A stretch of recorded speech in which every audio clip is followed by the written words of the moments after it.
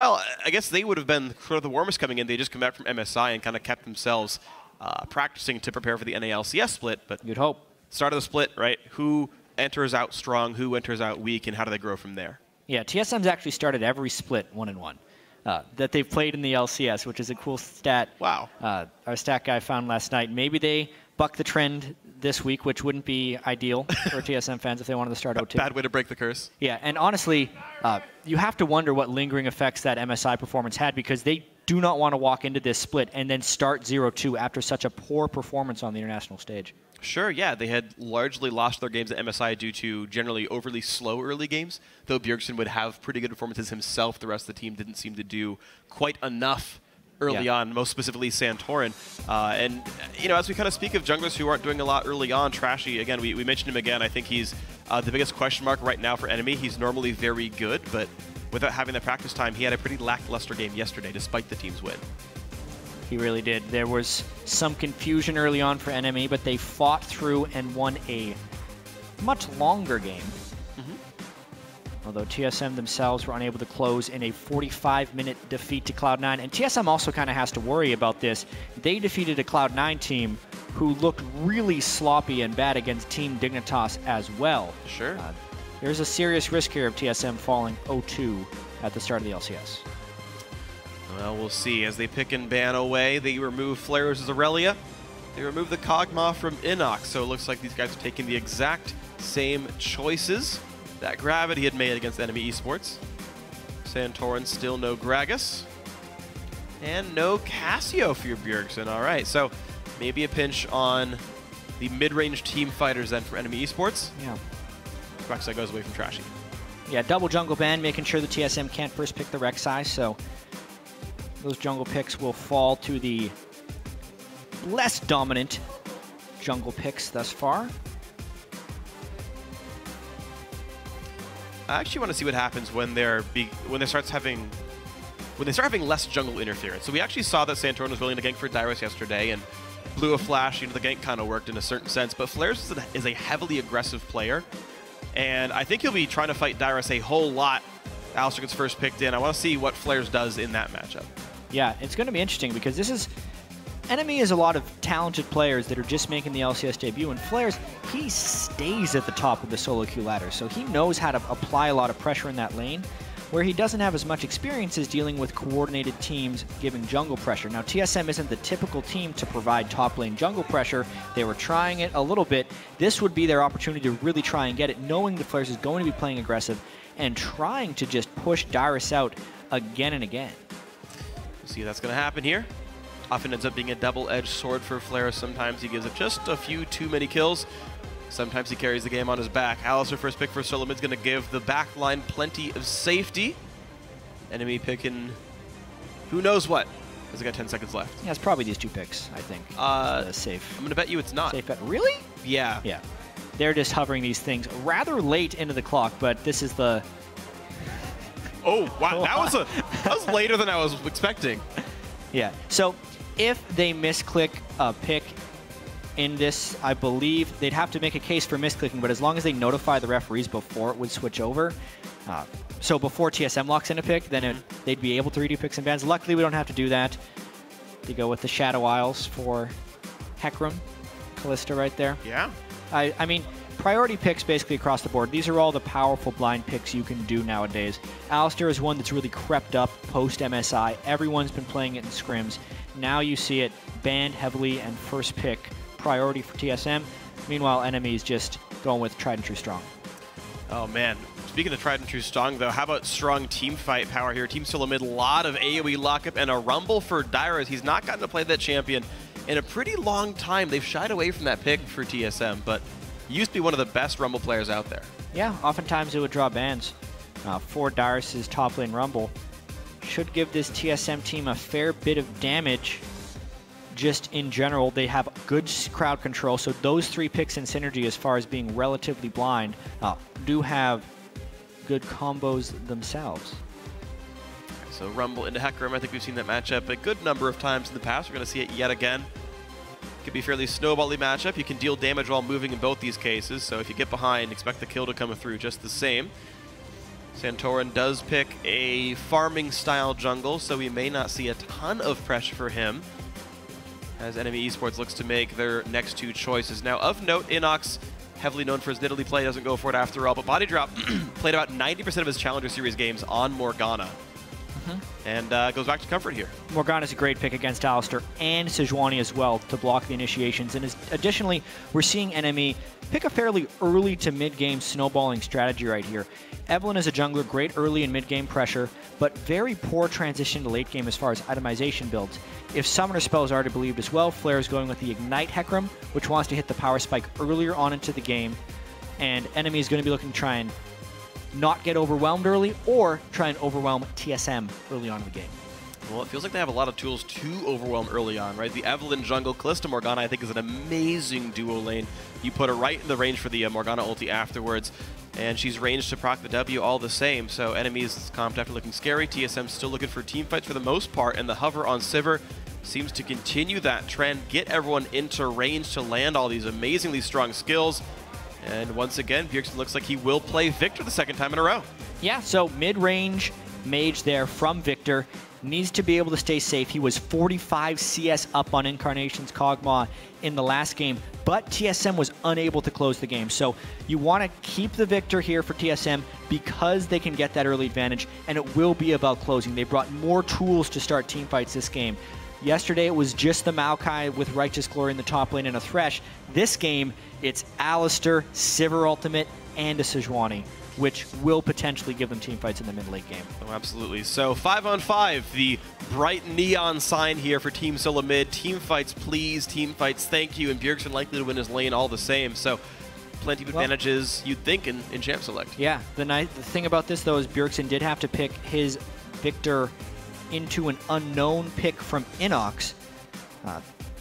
Inox played Caston yesterday, did a great job. He's really good at trading even in laning phase and then coming at you later. But early on, Victor will be able to shove Inox in, and it'll be about Trashy's support into that mid lane, whether or not Inox can withstand the power of Bjergsen Victor. Absolutely. So far, very few have been able to withstand Bjergsen, but we'll see if Inox is going to be one that can do so. Anytime a new team joins the LCS, we wonder just how strong can they be really?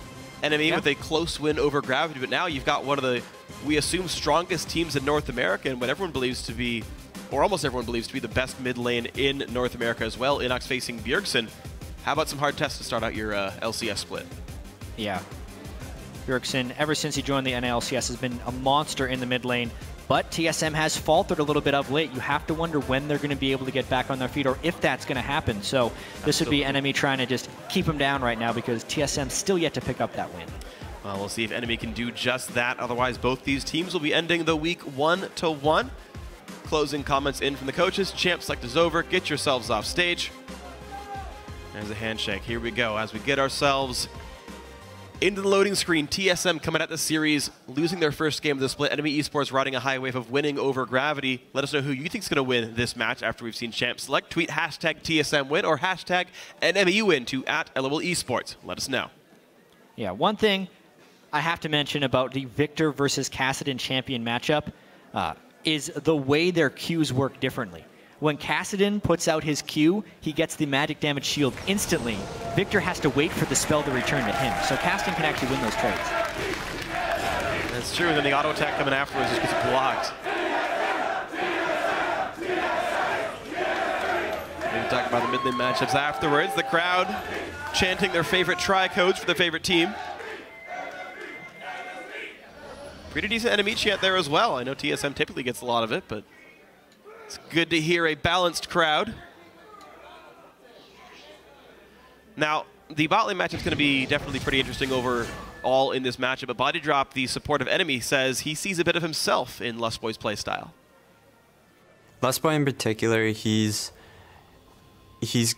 a passive player, but he can also like show up with aggressive supports, and he's very calculated in the way he plays. He's not as aggressive as some supports like Kiwi Kid, and that's probably why I can relate to him the most. Yeah, Lustboy's typically known for great defensive support play. Recently, at least in the NA playoffs, he was able to get some of the more offensive-oriented supports in. He played some nice Kennen in the playoffs, and now breaking out the Alistar. Of course, Alistar I always like to think of him as this offensive lineman. He just boots people back with his headbutt in protection mode. So incredible defensive capabilities for Alistair as well. It's good that here in the LCS we can talk about football and everyone knows what we're talking about. I could always just say American football. That's true. And that clarifies everything, right? Or you can just be really aggro about it and just say football anyway and just sneer at any of the British co-casters. Man, that got aggressive. Shout out to the quick shot. Yeah. He's South African freak. Come on. I know that. Either way, we are in the game. Yeah, We're team ruined. SoloMid. All right, so Dyrus helps Santorin start the camp. Trashy actually solos his own red buff as Flares takes down Raptors and the duo lane takes down the Gromp right away. So 3 camps to 2 to start this game out. Yeah, so basically, it was a bit of a defensive line start, but NME actually was able to invade and get a red buff ward, so at least they know that Santorin didn't start red. The ward actually expired so early that if he would have delayed a little bit, he could have still ended up starting on that side of the jungle, so not too much knowledge gained in general by NME over TSM, and we're just going to end up seeing these standard lanes, but NME has hit level 2 first. Close binding right there. You can see Wild Turtle forced to last hit with only a Qs for a little while.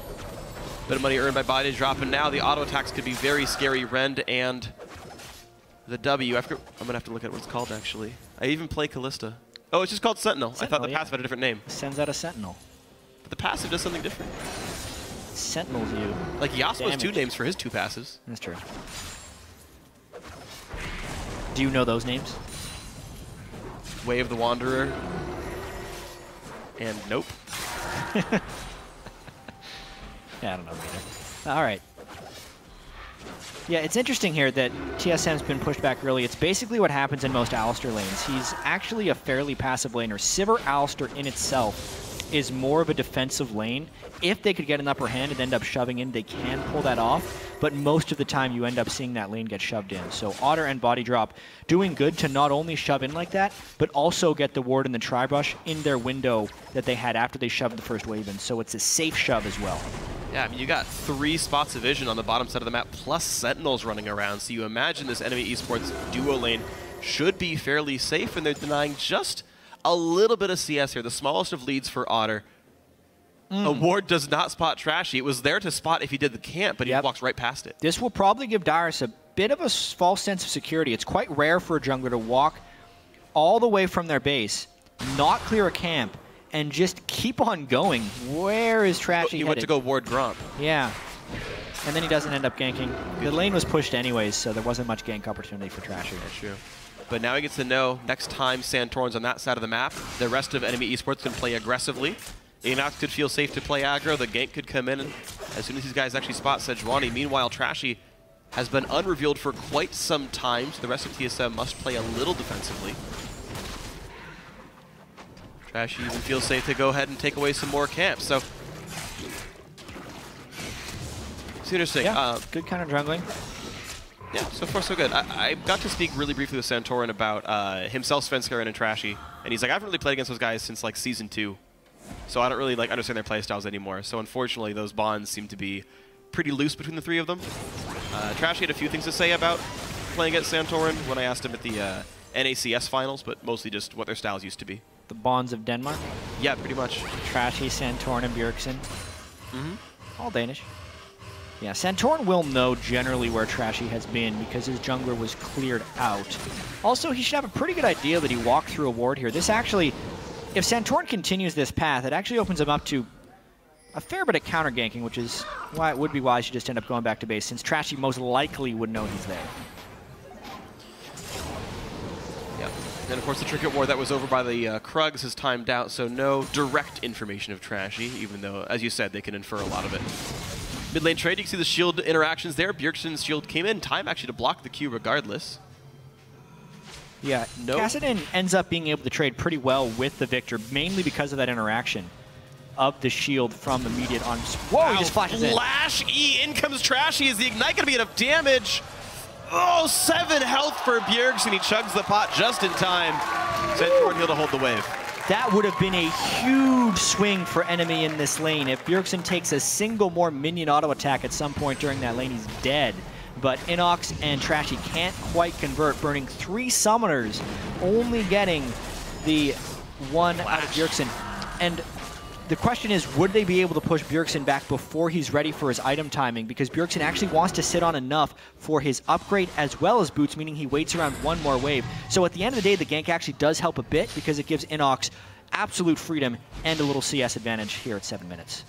Misses that one, stutter steps it, but yeah, Bjergsen can now buy boots and a potion or 2 here, depending how much he last hits. So far, impressive stuff. He's getting like almost the entire wave. All right, Bjergsen's actually going to stay, knowing that Inox did recall here and he feels safe. So eking out just little advantage as Bjergsen wanted to stay in this wave, then the E can clear it out, I assume. Yeah, all right, cool. Inox ends up getting a fair bit of freedom as well. Because of that, he can get his full Catalyst as well as the ward combo that most mid laners like being able to back with. This is actually quite a good start from NME. We know that their team composition from Champion Select was geared towards this kind of mid-game power spike. Flares used his first teleport to get back to lane instead of trying to pull off an aggressive play, so they're going to have to wait a little bit while longer for things to come online, but they haven't fallen behind yet. No, not yet at all, but it feels like TSM has now some slight edges. A nice, really quick wave. They're going to actually hurt Otter's chances at getting some golden XP in this next wave. See what Flares ends up doing. He just doesn't have any wards to put down, so I guess he's going to take Scuttler? Maybe. Oh, he has ult. He could just dive. He wants to gank mid lane. Victor. They know that Bjergsen's flash is down already, and Inox as well has his Rift Walk at this point. But interesting how he wouldn't just jump on him while he's in the choke. But they're going to go now. This would be a turret dive. A little bit dangerous. They knock him in. There's the fear, the ignite from... I mean, you know it's a TSM game when 7 people show up mid, but it's enemy eSports get the better side of it. Yep, great support lend to the mid lane here from NME. The early pressure from Trashy. Santorin was giving no ganks early on, and Inox, just knowing the power of this Kassadin champion, trading flashes early before hitting level 6 will create a huge movement mismatch later on in the lane, so Inox uses that to assist the gank from Flares, and they completely punish Bjergsen for not having flash. Great job by NME. Absolutely excellent play. Creation of plays by enemy eSports, right? That's, to me, always a mark of a good team, that they realize that with nothing really telling him to do anything otherwise. Oh, body drop goes in. Of course, his spell should order down for Wild Turtle. He will land a stun on only 1, but Left Boy has ulti. TP mismatch means Dyrus shows up. This equalizer could be absolutely brutal. Otter tries to dodge away, and he pulls back his Morgana, re-engages her, but maybe not something they need as Santorin shows up as well with ulti. Wow. Really interesting move there. NME going aggressive with the teleport advantage falling in TSM. That's a very punishable play right now, and TSM is doing their best to punish that. But so far, good usage of Black Shields and Fate Calls to at least avoid deaths, and they may end up losing the turret nonetheless. They lose part of the health in the turret, but keep in mind, Flares is doing like the same thing on the other side of the map. So, you know, the TP gets used, and in fact, looks like TSM are going to stay to knock this turret down, but a Trinity Force first, Phage holding Flares is going to get a lot of damage on the other side of this. Down to half, he's not going to get much more, but it's going to be low. Yeah, because of the first blood, it keeps the gold pretty close as well. Interesting move there. It's going to give Flares that obvious free time in the top lane, but he's not able to take too much out of that. I still feel like that aggressive play by NME in the bottom lane does lead to some potential TSM advantages. Yeah. Let's see if this Dragon gets punished, though. Trashy wants to corral them in the pit here. Well, the rest of TSM are coming in as soon as they can, but it won't be in time to steal it away. Blue team picks up Dragon. Santorin can jump the wall, still has flash as well. Wild Turtle slowed down by the Eve ulti.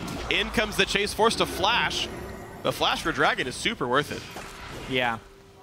NME wanted to wait for the rest of their team to arrive before committing to the pit. TSM was already down the Sivir ultimate. I think NME could have gone a little bit earlier right there. TSM able to secure some key objectives early on. Nice Dyrus zoning Flares away. I think part of the minion wave died under the turret as well. I take that back. It's going to balance right here. Down a level. Flare's going to do what damage he can without any magic for this bot. Bjergsen, Inox in a trade. Bjergsen happy to answer back and actually wins that one. Flask used to get some health back on this Kassadin, but pink ward cleared as well. Going to be a good thing for Bjergsen. I wonder, actually, just thinking about this Kassadin Victor matchup a little bit more.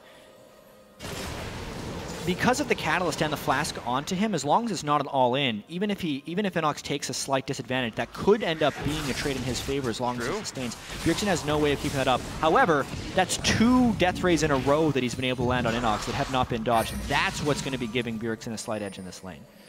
And you're seeing the consumables running out for this Kassadin player. TSM holding a 500 gold lead now as we crest into the mid-game somewhat. 11.5 minutes in. Big roam towards the top side. TSM turning over New Leaf. This is 4 people ganking for Dyrus. Get him. Flares, he's need to ult at just the right time. Well, he dodges the Q. Flash, knock-up, headbutt backwards. Flares in a rough spot. Ulti comes in. I guess they gank for Santorin. No assist for Dyrus. Yeah, Dyrus only gets the free farm at the end of that lane. The roaming duo of Santorin and Lustboy picked that up. Nice job right there. Just spacing out properly against Flares, knowing that he could ult away. Lustboy also being the one in the back so he can basically cleanse the Terrify with his Unbreakable Will and still get the knock-up onto Flares. There was no escape there for the Hecarim Flares. Not at all. Absolutely great play by the TSM members. Lustboy and Santorin playing that one, I think, roughly perfectly. Not much else could be done. Body drop and Trash now in the mix. Dyrus has to flash the binding, does so. And he's going to be safe in the end of all that. 1,100 gold lead for Team SoloMid. Yeah, TSM, they really need to get a win here based after what happened yesterday against Cloud9. Remember, at one point, Bjergsen was up 45 CS to Incarnation, ended the game up 100 CS. But the team itself for Team SoloMid wasn't able to capitalize on that. Bjergsen was making some interesting, strange, bad calls in the mid-game where he couldn't find a right fight. They were backing away when they should have gone in. But this time they have a 1,000 gold lead. It's not Bjergsen that has the edge though, so I'm really interested to see how this will affect TSM's overall strategy, whether they're going to try and pull in and help Bjergsen, or if they're going to actually try some other areas of carrying, like Dyrus' CS lead in the top lane. That's been a successful avenue, though, for TSM, all things considered. Bjergsen's flash is back up, and I mean, to be honest, good luck ganking a Kassadin. I don't know if they could really make a lot of pressure in that lane after all. Maybe a Sivir rotate to go knock turrets down if we see that eventually be where they place Wild Turtle. Right now, though, TSM looking at turret kills as their primary objective. Duo lane heads towards the top side. Flares not going to be defending that one anytime soon, and Otter's on the wrong side of the map to do so, so plenty of damage going to go down to this top turret. Also, Flares with a Black Cleaver Rush. Oh, weird. On Hecarim right there. We pretty much always see the Trinity Force. I assumed as much, yeah. Yeah. Well, first time we're seeing the might build, end up being a fight here in the top lane. Tries to fight Wild Turtle, but Turtle's already dead. Ignite used, pops in the ulti, and the horses knock down the spell shield, meaning the fear lands. Kill for Flare's turret still goes down, but NME eSports able to answer back on the other side of the map as Otter knocks down the outer turret in the bot lane. Yeah, more damage or less damage in the Trinity Force at 10 minutes. Hard to say, actually. That Black Cleaver seemed to do significant work, not to mention the move speed you're going to be getting from that Black Cleaver passive. And all the armor shred you can pull out. They're trying to return this around, but Trashy is here to help. With a red buff, so be careful, TSM, who actually shows up. They're trying to bait it around, losing a lot of health as they chase around Flares. There's the ulti, but they realize Bjergsen is coming up for this one. 2-man stun, going to buy a little bit of time. Here's the engage onto Flares. No health left on him. Down goes the pony. Otter looking for Dyrus, though. Ulti in from body drop. Black shield's on him. They're going to land the stun. Now, will they land enough damage afterwards? Red will do plenty. Body drop has to flash away, and Dyrus takes him down. Always dangerous to go after a Rumble when he's got his ultimate up at any point in the game. And now Turtle's here to try and pick up Otter. Flashes, gets away from the Q. Wild Turtle runs faster. He's got boots too. Pops the heal. Don't know if he needed to. That's going to be a kill onto Otter. One more hit. There he goes. Wild Turtle gets the kill. An unfortunate dive for NME eSports. Crucial nerf to Kalista, reducing the amount she can jump back. But this fight just doesn't want to end. Goodbye, Wild Turtle. It's been nice. Well, it depends on how much friends he gets in the near future. He's got Flash and Spell Shield up. The best he can hope for is an execute right here. Flares doesn't have his ultimate, go for the wave, but he's going for farm. That's also an option. All right, can they give assists away? He's trying to get away from where the rest of the team might be. Trashy will, in fact, get an assist. And then give it to Flares. Nicely done there by NME. Well done, well done. All right. 2 for 2 overall, but a lot of pressure mid at the same time. We keep seeing action for reaction over here. Mid lane very low now as Bjergsen gets a friend to help push this turret low. Yeah, one thing that's really interesting here is the disparity in overall wave clear from these teams. It's a Bloodthirster Kalista and a Kassadin versus a Victor and a Sivir. Victor and Sivir can clear these waves in pretty much one spell, whereas enemies has substantially more time taken to do that. So TSM has more opportunity for roams and deep wards, and we're kind of seeing the map mimic that. The majority of the blue minions are pushing up for TSM side, and it can create some plays for them. Even Rumble can help in a pinch, at least defensively, so you're absolutely right. TSM doing a great job of getting deep vision down. Trashy not investing in the Sight Stone either, whereas Santorin is, so that's a pretty big important point as well. Level lead for Flares over Dyrus. Pops, Yolti knocks him back in. Dyrus has got really nowhere to go on this one, just gets completely ripped apart. Red buff plus Black Cleaver, making that one easy. Poor positioning there for Dyrus. He needs to respect the red buff Hecarim, which they should know is there because of the Wild Turtle death. This game is non-stop action though. Dragon is live. They're going to be fighting over this, and Flares can come down to try and make this an odd-numbered fight. Yeah, but Dyrus will have teleport in 12 seconds, whereas Flares didn't have that himself. This could be a threat. Mid lane turret goes down actually to a minion wave. So again, TSM still getting pressure leads. Dyrus has teleport, can go whatever he wants, and then show up to the fight regardless. He chooses to walk towards the Dragon. Inox with the blue buff as well has to use a lot of these Rift Walks. The fact that he's already started that counter means he can't really fight at any early moment. Also, thanks to the teleport threat, NME knows that they're kind of outmatched this Dragon, and it looks like TSM can go up 2 Dragons to 0. All right, well played. TSM on their 7th straight Dragon kill in the North American LCS. Unperturbed in this one. 1,500 gold leads for TSM, though a very close game. I think closer than most people would have expected from this NME eSports squad. Of course, TSM still would say playing a good game. Yeah, and also keep in mind, this NME team hasn't even had that much time with Trashy recently. He missed out on 3 weeks of practice with the team before the split. Didn't even have time for a practice scrim before the game, and this is the NME we're seeing early on. So there's a lot of upside for this NME team in the LCS. I'm also fascinated by this Black Cleaver Hecarim build. Because of the 20% CDR and now the Glacial Shroud, that's 30% CDR just in items, so hitting that 40% very easily. Not to mention that when you're max CDR on Hecarim, you can basically non-stop rampage once you stack it up, which is Hecarim's Q. And since that's extra armor shred and move speed, it's kind of this unstoppable whirlwind that comes after you if he's ever in a fight for a long period of time. It's kind of a devastating build. Turtle's aware there is threat out there. He's going to try to take the wave as far back as possible. Notice no ricochet or Qs used, but he's afraid of the flank now. Now that less boys around, he might feel a little bit more secure. Well, Turtle definitely discretion, the better part of Valor in this one. Otter cannot make the bait happen. No pressure bot lane. Another blue buff goes over to Bjergsen. These have been largely uncontested, and Bjergsen, sitting on a 23 minion lead, has done a pretty good job of continuing his mid-laning dominance. Yeah, it's interesting in this situation. He's been able to shove out the Castor, but that's mainly in the matchup. I really do credit NME this game for shutting down Bjergsen for the most part with the early kill, not letting him roam as much, especially when the wave clear disparity is so huge. This one is moving towards team fights, though, which is what TSM's team composition is kind of built for. With the Alistair, Sejuani, Rumble, everything basically built up, and Trashy and Flares would need to be the initiators of these fights to not get crushed by the TSM team fighting force. We'll see if NME even wants to be part of a team fight with champions like Hecarim and Evelynn and Cassidy. It just feels like splitting would almost be more successful for this squad on the red side. I don't think there's any reasonably accessed fight that could go well against this TSM lineup, but we'll have to see how they end up piloting it. Yeah. Again, the number of red wards not all that high to make split pushing very successful. That's very true, and the potential roam from Sivir is very high, but instead, NME is going to have to play that split push game. Hecarim on one side, Caston on the other, trying to find the mismatches. And the Evolti landed, so did a couple of Rift Walks and Force Pulses from Inox, but simply not enough damage done. They will knock the turret down behind as a result. Oh man, Santorin could do a bunch of work. Body Drop has Black Shield, but he can just get, yeah, exactly, saved out anyway. Surprised he even Black Shielded himself. Yep, well, Otter burned the flash early, and then Body Drop created space so that the Sejuani ult couldn't hit both of them. If TSM wanted the realistic kill there, they have to focus out the Kalista. That's how devastating Kalista can be as an AD carry. We were talking at the start of the game, it's like, oh yeah, Kalista Morgana, really good combo. Name a support that's not a good combo with Kalista. Those spells are so good. This time, though, no Kalista to save you. Oh, goodbye, Body Drop. Bjergsen, his chunk smount just finished his death cap, and means he does a plenty of damage. 1,000 gold lead for TSM. It still stays close. It's weird because the game feels like TSM is winning it, but the scoreboard doesn't say that. Yeah, well, the 2 Dragons to 0 is the unseen gold. The stats that's going to be adding to them. Flares, though, if he can win this fight, it's one of NME's ways into winning the game. He has to be able to kill Dyrus. Great flash. He just straight juked it. I don't think he even flashed for it. That's already on cooldown for him. He just walked backwards and didn't get feared in.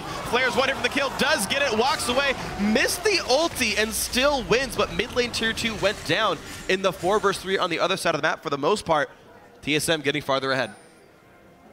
Yeah, it's a really interesting game, honestly, because Flair's able to solo out Dyrus right there. I missed the flash, obviously, and every time Flair's is away from there, even 4v4, TSM is a stronger force, so they're able to push down these turrets.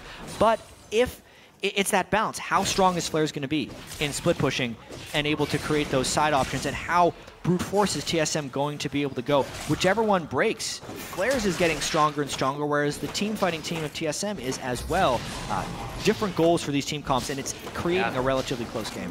Which is just so interesting, right? TSM's kills are really spread apart. You've got 1 or 2 kills pretty much everyone on the team. Almost a perfect split across everyone, whereas 5 of the 6 kills from NME eSports are just on Flares. The disparity in power is so massive and so different in this game. It really does. It furthers what the team's goals are compositionally. So yeah, it is really about Flares versus 5 members of TSM and see what happens. Yeah, 8,300 gold on the Hecarim. About 100 more gold than Bjergsen, who's the richest member on Team SoloMid. A big item power spike, though, for Inox in that Luden's Echo. That's the Kassadin he loves to play, increasing his burst when he can jump in. This next Dragon, though, Freak, is the most important one we've seen yet this game. It's more about Dragon denial right now. If TSM can keep NME out of Dragons, they stop a lot of their scaling. And NME would really want this one, but it's exactly what they can't do. It's super difficult for them to group up as 5. If that happens, they could just get about a 5,000 gold swing in the side of TSM if they lose a fight around this Dragon. And that might be unsurmountable. TSM have the tools to turret dive with Sejuani Alistair, so just forcing team fights on objectives becomes easier as gold comes in for TSM. Now, NME eSports, they are still splitting up the top laners. Hecarim's top, as is Rumble. The remaining 4v4, not something that NME can easily win.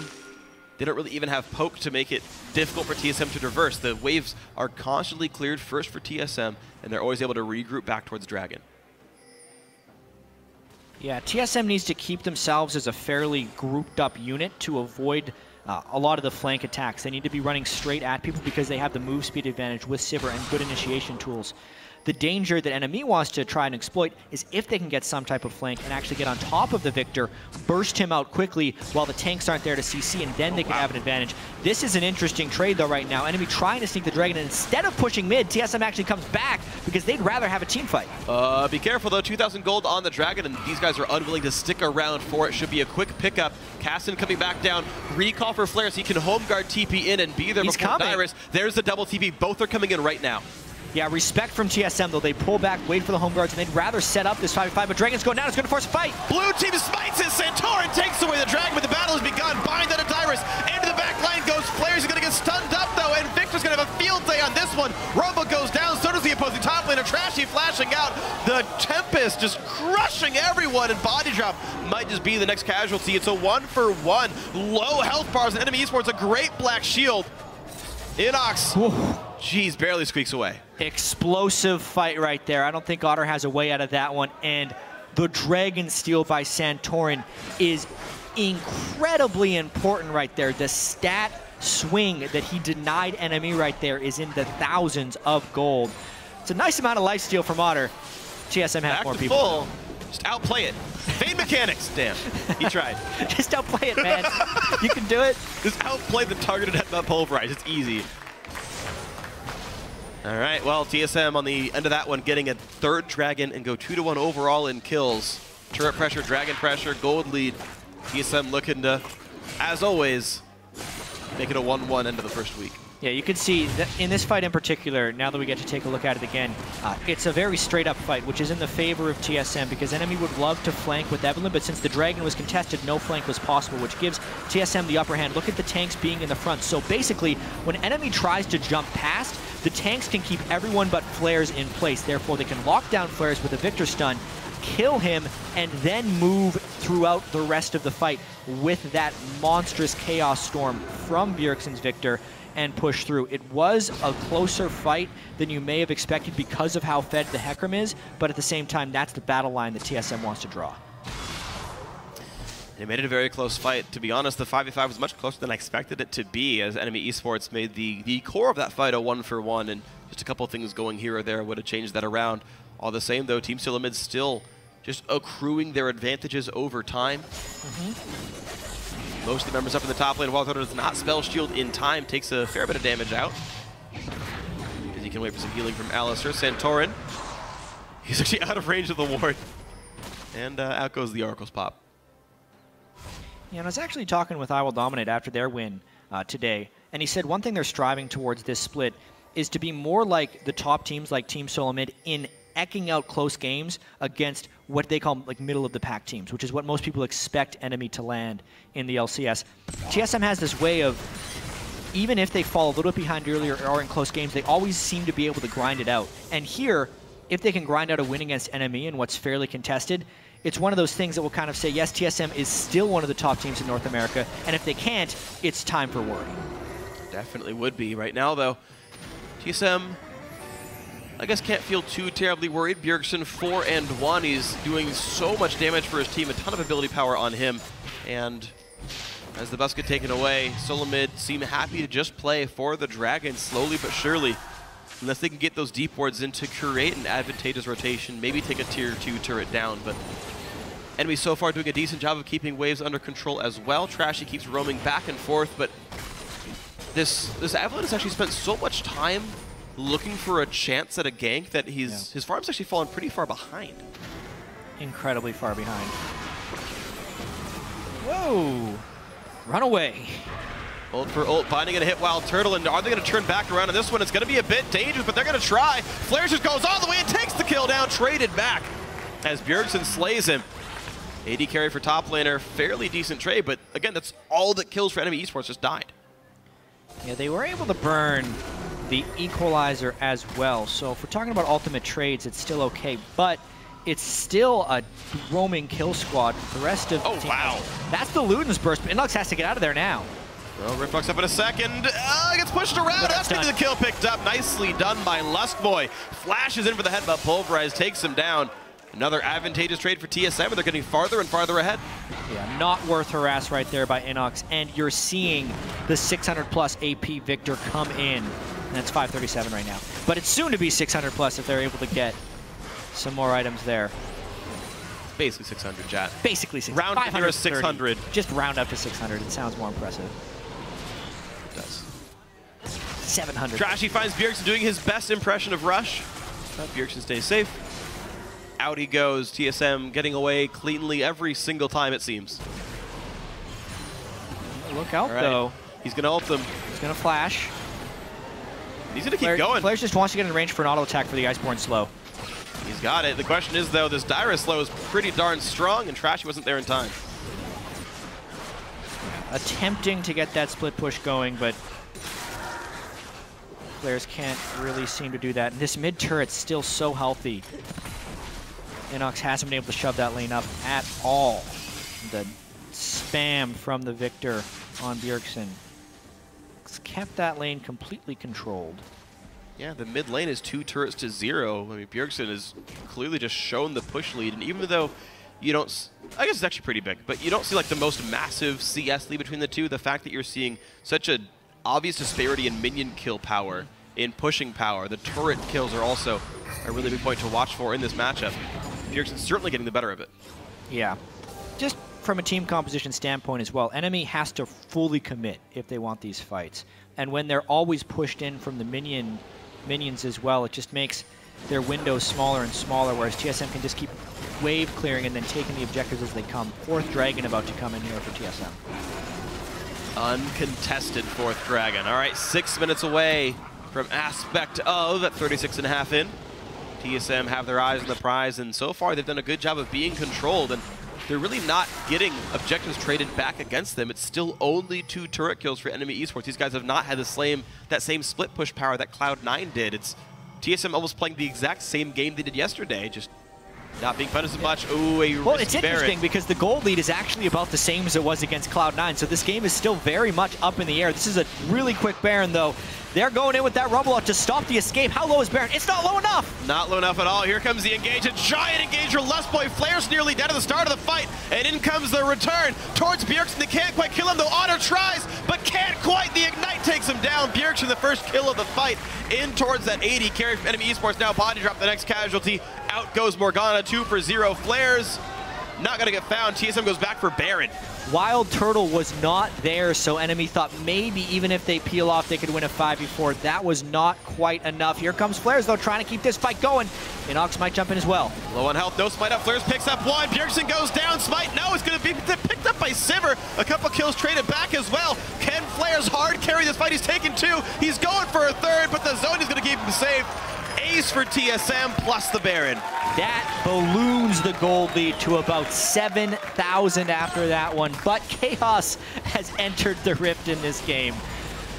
NME desperately tried to stop that one, but TSM was just strong enough. What a crazy series of events right there. Oh man, nice attempt by NME eSports. They're certainly not shy about trying to re-engage and salvage situations. They get 2 Baron buffs off, maybe that is worth it, but this equalizer by Dyrus is great to start things out. Yeah, and it's just because the Baron wasn't able to get bursted down. Not a huge amount of DPS from that NME team when they're on the Baron. So when the fight actually does happen, also the fact that the flank came in from Bjergsen was really key right there. He basically did all of Otter's health with a couple of spells. Yeah.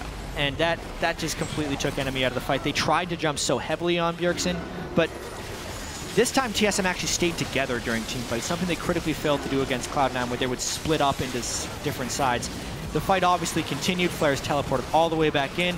Still had his ultimate, apparently. I'll have to check if he had that up during the first Baron.